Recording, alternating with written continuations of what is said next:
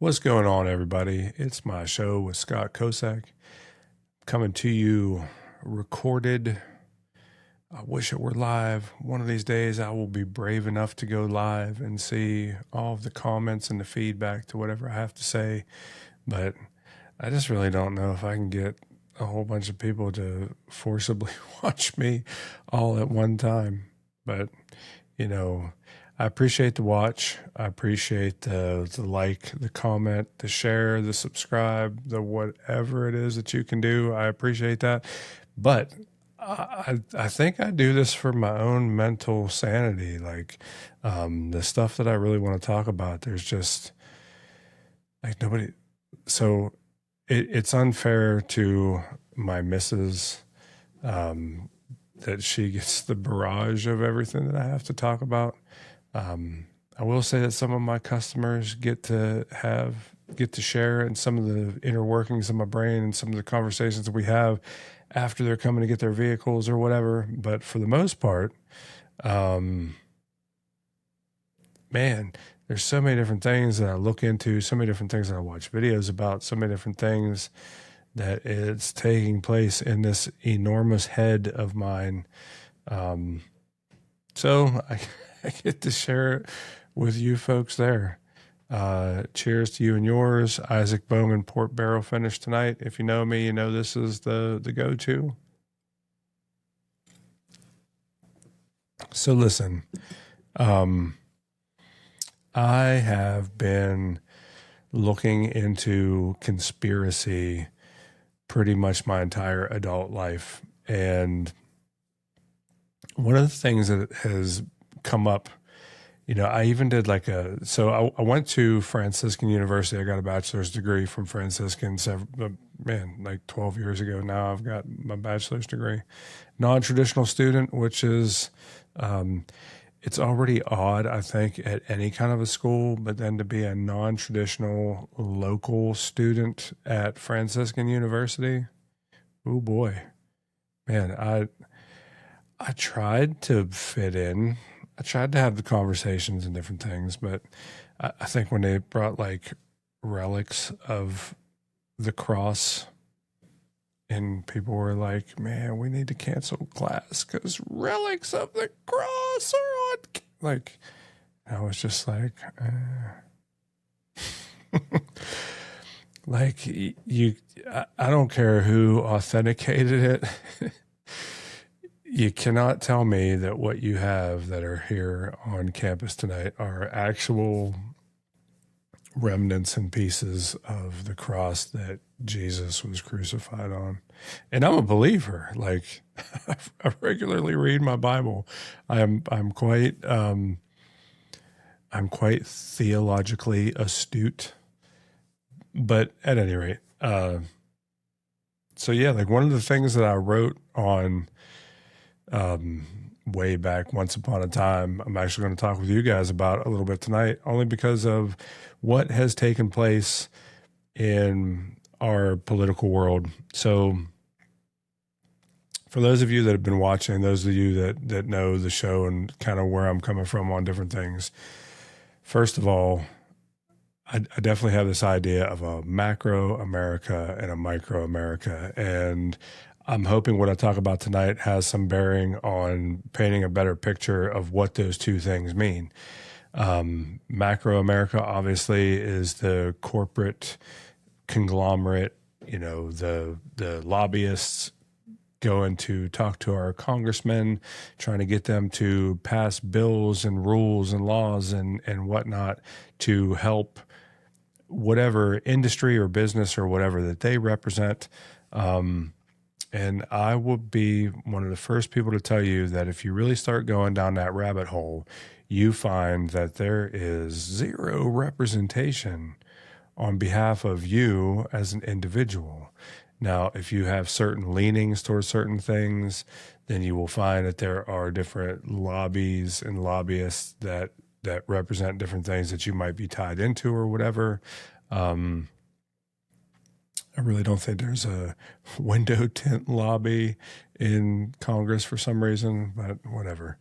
But there are chemical manufacturers that have ties to the window tint industry. So I guess by default, there are some lobbyists on behalf of the window tint industry, but for the most part, they're there on behalf of the chemical companies that have some things to do with things within making things like a petroleum-based window film, right?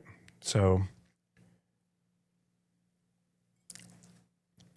we are deep in the heart of summer. It has been a hot summer. We've definitely had some rain, at least here in Eastern Ohio. My grass cutting people need to come on a regular, like a much higher consistency than usual because the weeds just keep growing up. And I'm sure that you have encountered the weeds where you're at too. And what do you do when you have weeds, especially if they're growing in places that don't typically have grass? Of course, you reach for the herbicide, right? And there is a specific company that made a product called Roundup that so many different people use on a regular basis. If you've never heard, if you don't know anything about Roundup, or maybe you only know that it's something that you've gotten to take care of the weeds in your driveway or around the patio or whatever, let me tell you a little bit about the company that developed Roundup, right? So, have you ever heard of Monsanto? So Monsanto is a company that at one point in time, so long history of being a company that made like terrible products, right? So founded in 1901, Monsanto's first product was saccharin. Saccharin's an artificial sweetener. Saccharin is still, I believe, found in a lot of the different artificial sweeteners that people use. There are lots of different things that are linked to saccharin. But so a history that you get with these different companies and lobbyists and things of that nature is that they're the experts. Now, I really hope that going through 2020 and the whole COVID thing and everything really helped to make you aware that experts are experts in name only. Like they're only that because they've been involved in things for so long that people just give them a pass. For instance, Dr. Fauci.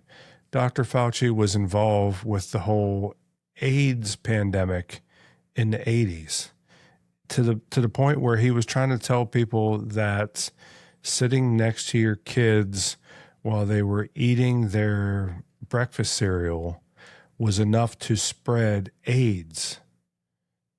And for some reason, that guy was still like the expert in 2020, right? So in 1980, whatever, this guy is the expert that's telling you that if you are somebody who has AIDS, you should not sit at the breakfast table with your kids because you could spread this through to your kids through airborne, whatever, total, whatever. Like, clearly that's not how things work, but he got a pass for whatever reason and was still there and whatever. And I bring that guy up specifically because, there are different people in Congress who have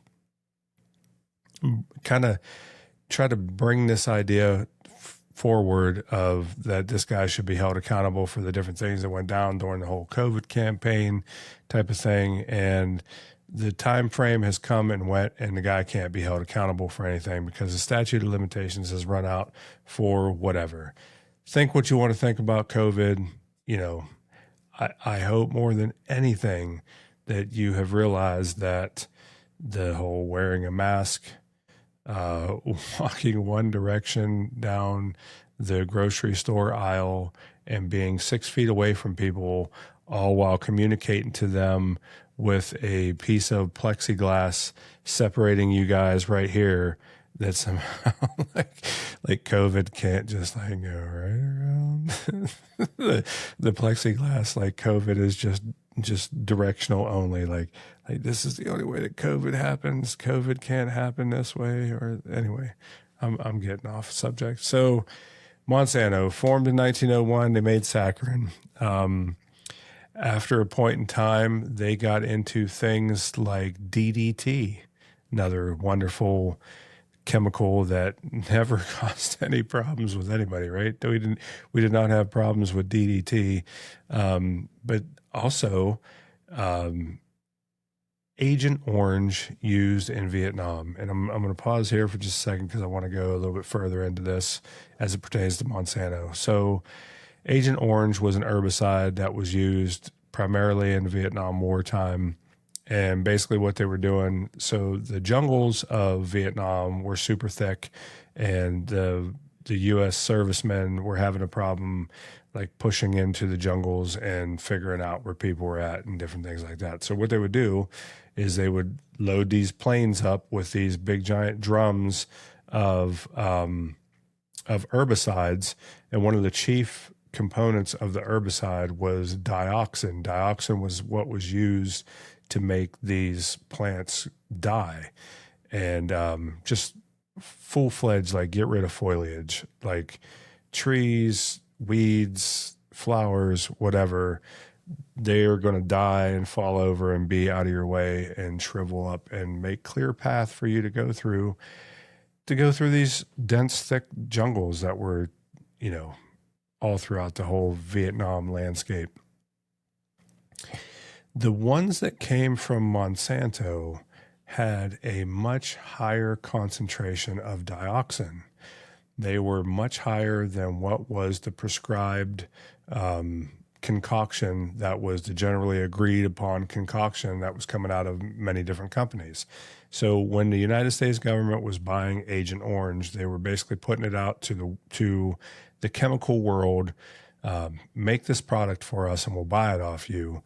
And what Monsanto figured out was that if they made one that worked better, they knew that human ingenuity would be such that they would figure out what was the difference between this one that worked really, really good and all the rest of them that kind of worked decent, but nowhere near as good as whatever. And so what the GIs figured out was they figured out that there was like some kind of a letter combination that would be on these barrels that would let them know this is the one that works far better. Coincidentally, it was always coming from Monsanto. And what this happened to do was this caused all kind of different problems with not only servicemen that came back to the United States after Vietnam, but as well as lots and lots of birth defects within Vietnam after the use of all these different things. So moving forward, Monsanto eventually developed this product called Roundup. And Roundup was a glyphosate. Basically, a Monsanto scientist discovered glyphosate. And glyphosate is the active ingredient that's typically in all of the different weed killers that we buy. What do you call it? Not commercially. What word am I trying to think of? I guess commercially, but retail. The things that we buy retail that are weed killers, that are herbicides, generally have glyphosate in them. Well, so what, right? Something that works, it kills plants. Great. That's what we need. That's why I'm spraying it on my driveway to get rid of the weeds that are in my driveway, right? Well, there are reports to say that glyphosate causes cancer. Many, in fact. In the 80s, there were reports put out by the EPA that was questioning what was taking place with Roundup, and there was a lot of different people within that agency that really didn't want to see this be something that was allowed to come to light. However, let me let me kind of shift and pivot and back up here just a little bit, just so I can give you an idea of the who we're dealing with. Do you know what one of the very first things that Ronald Reagan did when he got into office? Well, actually, I'll tell you what the very first thing was that he did when he got into office. So, leading into the inauguration of Ronald Reagan, there were people sitting on a plane who were hijacked by terrorists that had been sitting there for a while because they did not want the release of American hostages to be something that was credited to the opposite political party, right? So they literally let these people, these men and women sit on a plane hijacked until Ronald Reagan became president. And then Ronald Reagan's very first thing that he did as president was to get these hostages off the plane.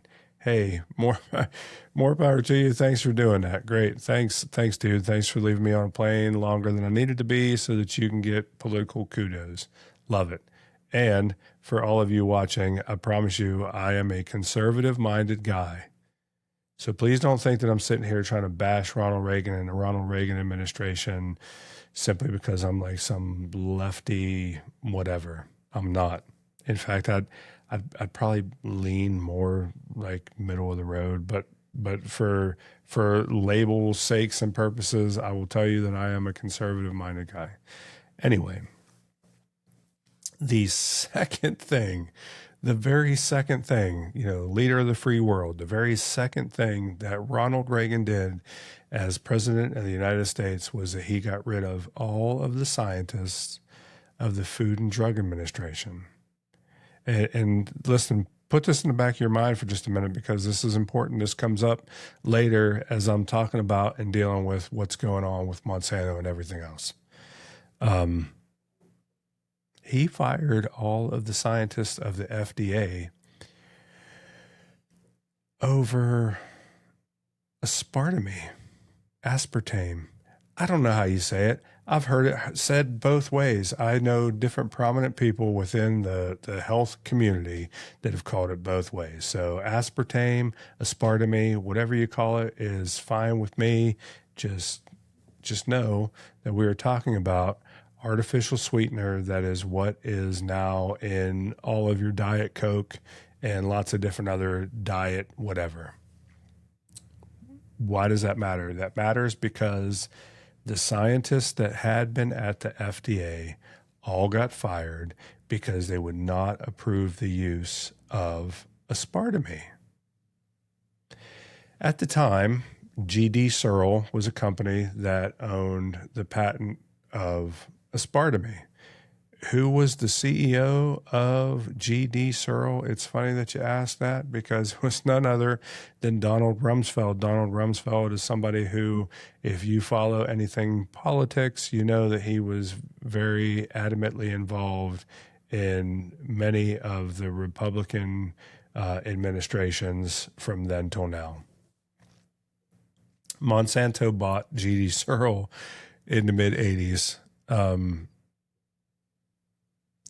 And this is the same time that they kind of switch things within their whole thing. The whole idea of Roundup, like, great, people can buy Roundup, they can spray the weeds in their driveway, whatever. How much is that actually going to make a company? It makes pretty good money, but what happened next is what really drives them to be like way, way, way over the top.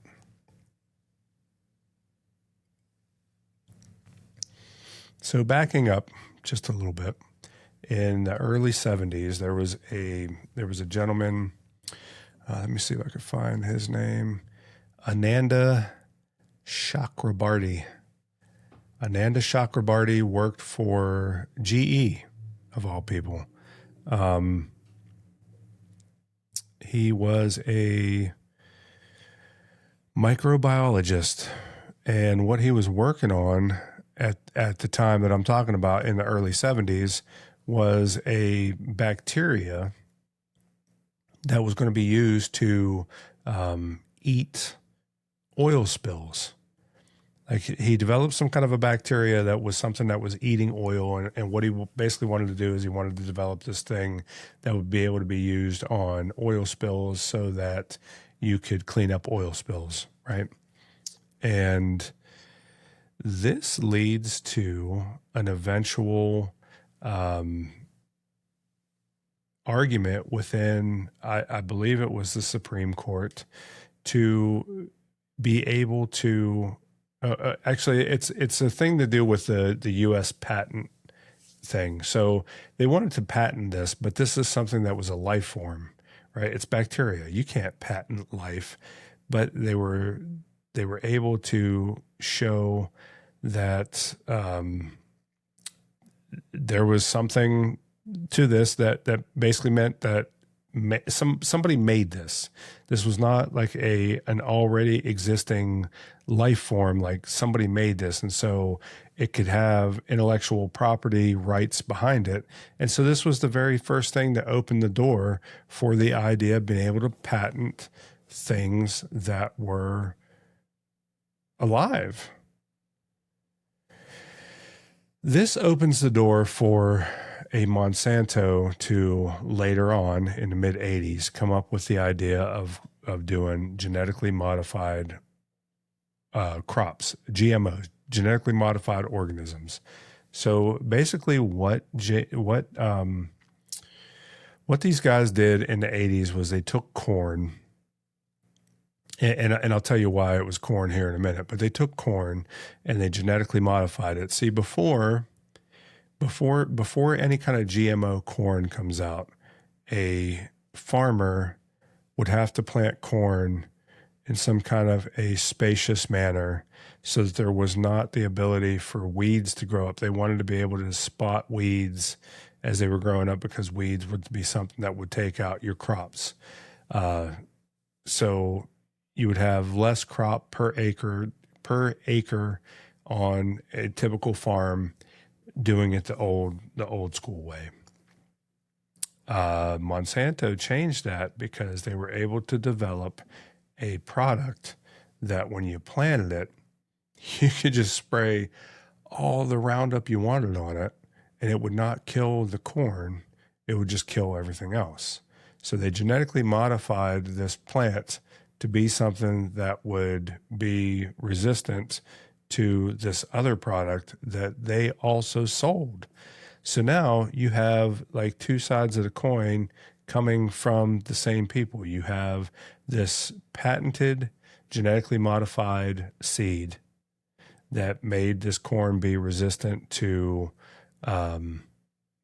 Roundup, be resistant to glyphosate, at the same time that you're selling people Roundup, which is a glyphosate product. So what? Who cares, right? Well, the problem with this is that if you're a farmer that is farming with this product, you would have to pay them every single year for their patented technology that was basically being grown on your farm. Not only that, but things have a tendency of cross-pollinating with other things that are within the same area. And Monsanto took great pleasure in crushing a lot of different farmers throughout our country who were not buying the patent protected seed, who were just trying to do things the old school way, plant the seed, grow it, pull the weeds as you need it, whatever. But because this was something that was a patented thing, private property laws did not apply. In other words, Monsanto scientists could go on people's private farms and take samples of their corn to see if it had the genetic properties that were patent protected by what they had. And so you could be a farmer on plot A and be next door to a farmer on plot B and the plot B farmer have the Monsanto corn, and you never bought the Monsanto corn, but within several crop cycles, your corn starts taking on the characteristics of the Monsanto stuff. Guess what? You now have to pay Monsanto for the patent protected modified organism that is now growing on your land, even though you didn't plant it there. You had nothing to do with that at all. And so, like, a couple of different things that are a problem with this. Number one, did you know that farmers are like one of the highest, like, end yourself type of trades that exist in the United States? Like really, really, really, really high. And one of the reasons why this is the case is because big conglomerate corporate agriculture, they know everything that there is to know about farming. They know what you'll produce, how long it takes to produce, what you should be able to produce out of the acreage that you have, how much input there is into that, what it takes for you to run your machinery, whatever. And the farmers at the end of the day make like nothing. Do your research, go down the rabbit hole, find it out for yourself. Don't take it from me. But I'm telling you that farmers in the United States make nothing. They make nothing because of all of these big, giant conglomerate corporate entities that have everything to do with everything that they're doing. The Monsanto selling. Just by the way, Monsanto no longer exists. Bayer Corp is who bought Monsanto out. I want to say something like 10 years ago, something like that.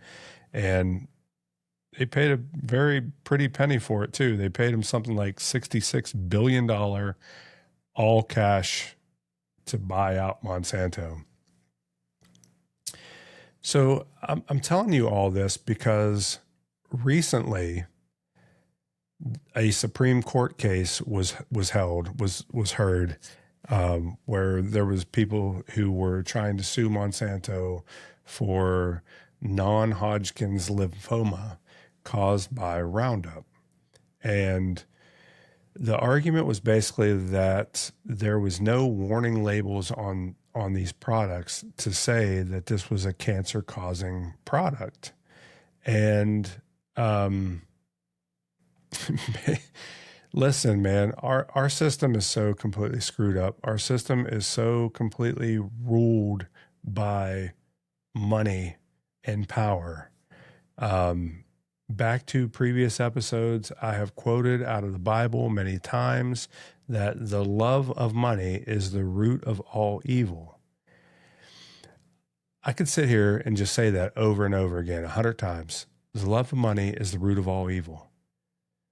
We have a very serious, significant problem with this.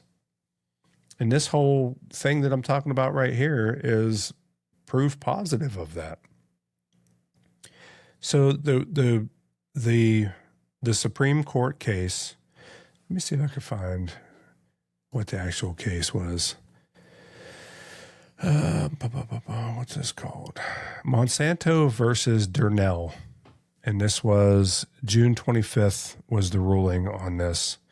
And basically it was a 7-2 ruling. The U.S. Supreme Court sided with Monsanto in a massive failure to warn lawsuit regarding the weed killer Roundup. The court ruled that federal law governing pesticide blocks consumers from suing the company under state laws for failing to include cancer warnings on labels. The EPA says that Roundup is safe and is not a known carcinogen or whatever their wording is to say that it is something that causes cancer. Cool. Except Bayer Corporation has already settled somewhere around 120,000 cases for cancer for Roundup. So, time out. You're telling me that this is a product that does not cause cancer. Your official government thing, the EPA, says that this is not something that causes cancer. Why did you guys pay out billions of dollars to 120,000 different people? Why? Listen, if your product really worked and did not cause the things that people are saying that it caused, why in the world did you pay out 120,000 different settlements? Why is that a thing? But here's the thing. The love of money is the root of all evil. I can't keep hammering this home. I can't stop hammering this home. We have a system. How many of you have money invested in things? How many of you have money sitting in some kind of a 401k, in some kind of a hedge fund, a whatever, an ETF, EFT? I don't even know what the hell they are. I'm guilty. I have money sitting in Alinea and whatever the hell the other thing's called. I know we want to retire. I know we want to look forward to a day that we could say, you know what, I'm going to walk in there tomorrow and give the boss the big giant middle finger because I have enough money invested that I'll be good for the rest of my life. I know.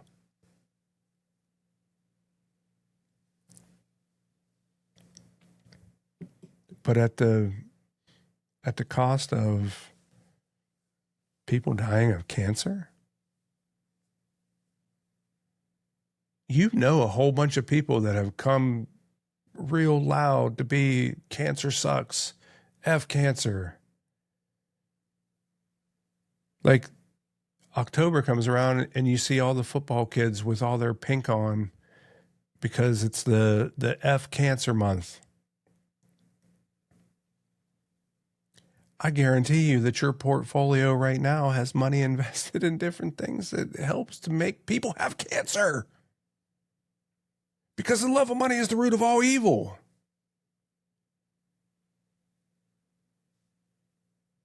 Hello?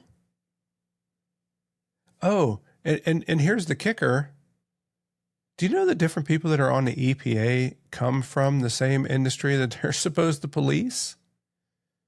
Like the main person that's involved with like the chemical aspect of things within the EPA is a former Bayer executive. How do you think they're going to rule? What do you think their findings going to be on the carcinogen whatever as it pertains to Roundup?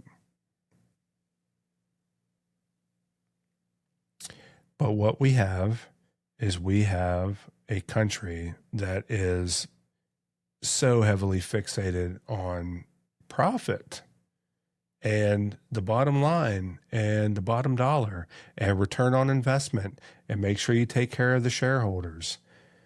And we and ultimately don't give two squats about you and me. Do not care about micro America.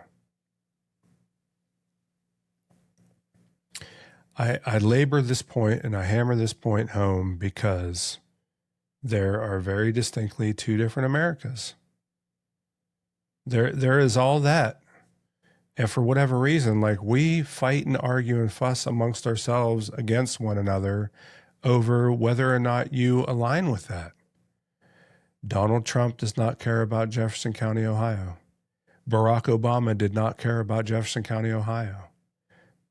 George W. did not care about Jefferson County, Ohio.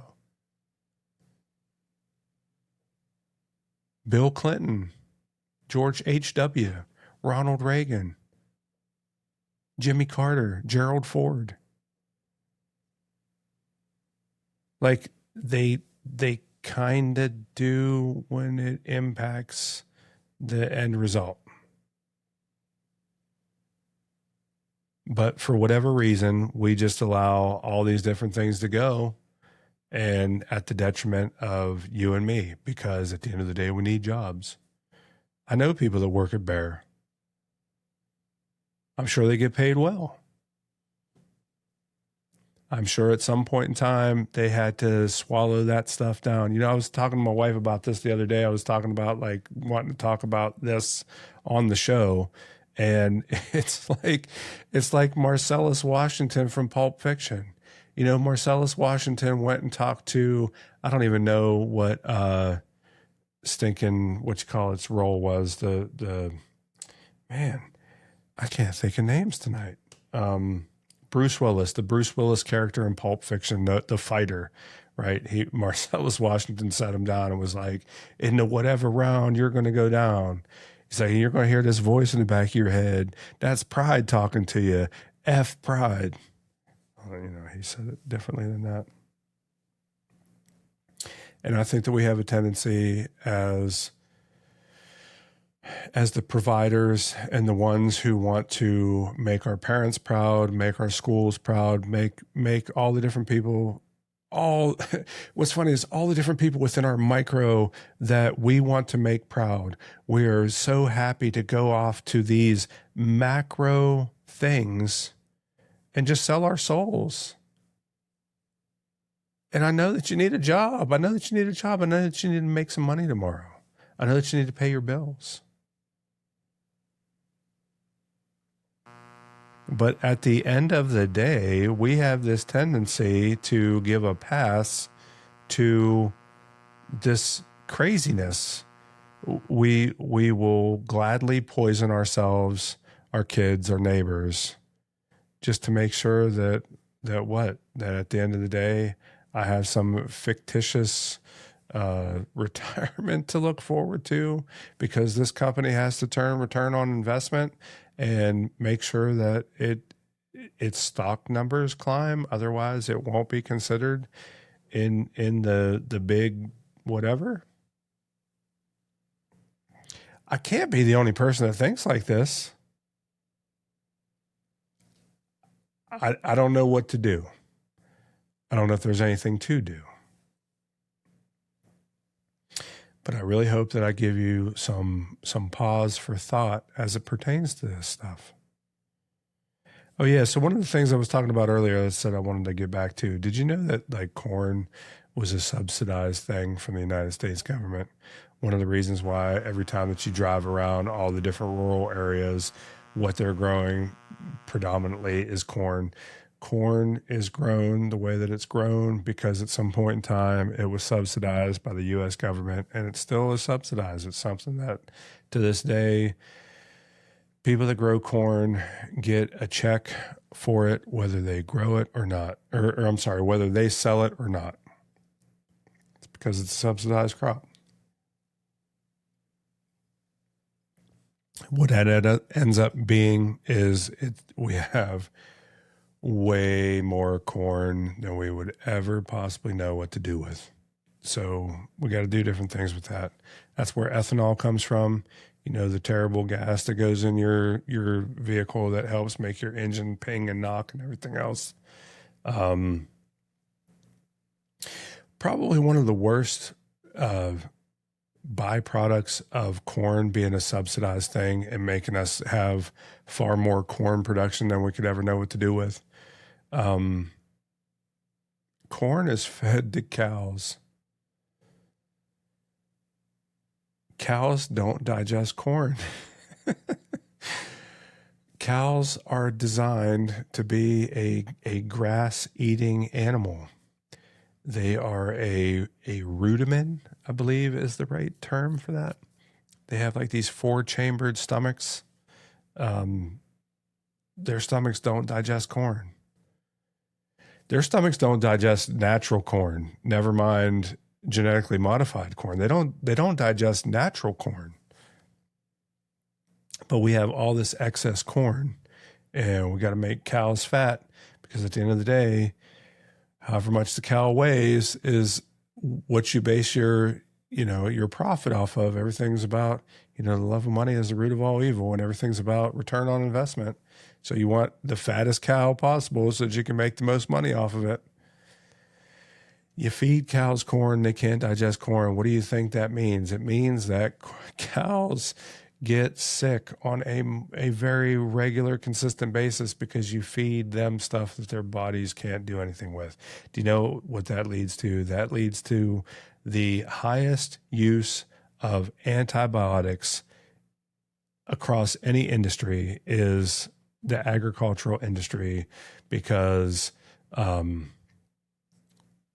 they constantly feed cows antibiotics to keep them not as sick because their bodies can't digest corn. Do you know why that's a problem? You get a steady, low dose diet of antibiotics that makes other antibiotics not do anything. Look up superbugs. Look up antibiotic resistant superbugs. That's all thanks to this entire big giant web that I'm talking about here tonight.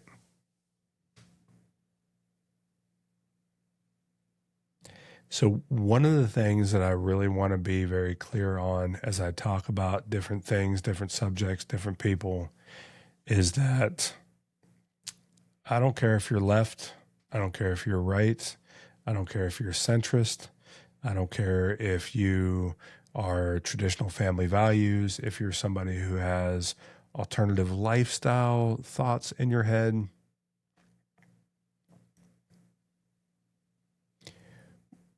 We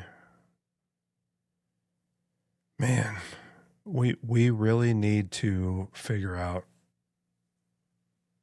that all of our people are corruptible. The entire system outside of your micro is corruptible. Every industry that somebody's in is corruptible. There is a blind eye turned to all these different things to make rules and laws and regulations that benefit people's income. It benefits the return on investment. That's why I've said many different times to different people along the way, like, return on investment is going to be the downfall of the United States. Maybe not so much like the GDP and the overall macro financial gain and interest of the United States, but we're getting poisoned. We're having cancers. We get terrible drinking water. We have unclean air. We have vehicles that are watching us. Listen, I could go way, way, way off on that, down that rabbit hole. But all I wanted to tell you tonight is that there's a lawsuit that has just recently been handled by the U.S. Supreme Court against Monsanto as a company who is now owned by Bayer Corp. I know locally Bayer Corp is something that many different people are involved with or whatever. Listen, go to work tomorrow, do what you're supposed to do. Be that guy. Be that guy in the corporate boardroom. Raise your hand. Say, I don't know why we do that right there. I don't know why that's a thing. I don't know why that is like the important thing. I have a wife and kids and many different people in my community that probably don't benefit off of what you guys are talking about.